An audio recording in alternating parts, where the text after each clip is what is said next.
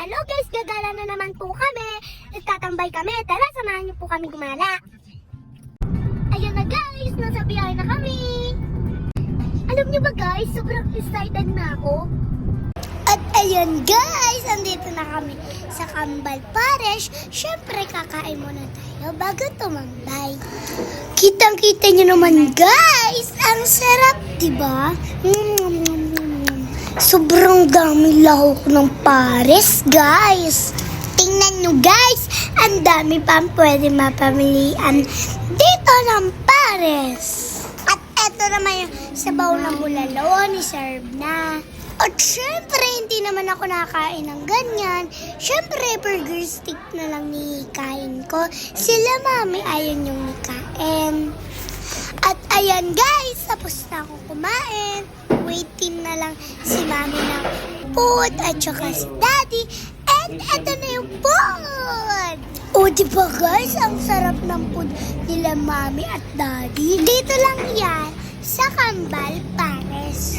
Located nga po pala to sa Calamba Bayan. After naman nun, humiling ako kay daddy ng fries.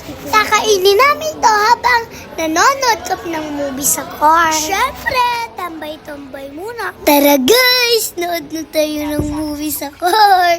Ito. Guys.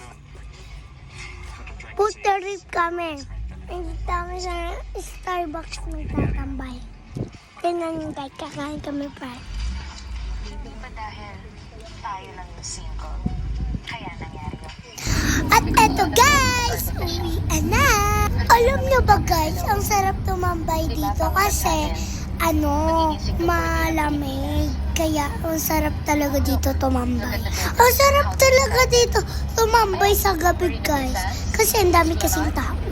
Gardens by the beach. Nagdadala sila ng mga upuan. Shika-shika sila doon. Chismis. Tapos putrip-putrip ang mga family. Kaya guys, kung naghanap kayo ng tambayan, pwede kayo pumunta dito.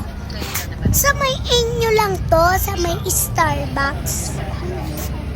So, paano ba yan guys? Thank you for watching. Bye-bye!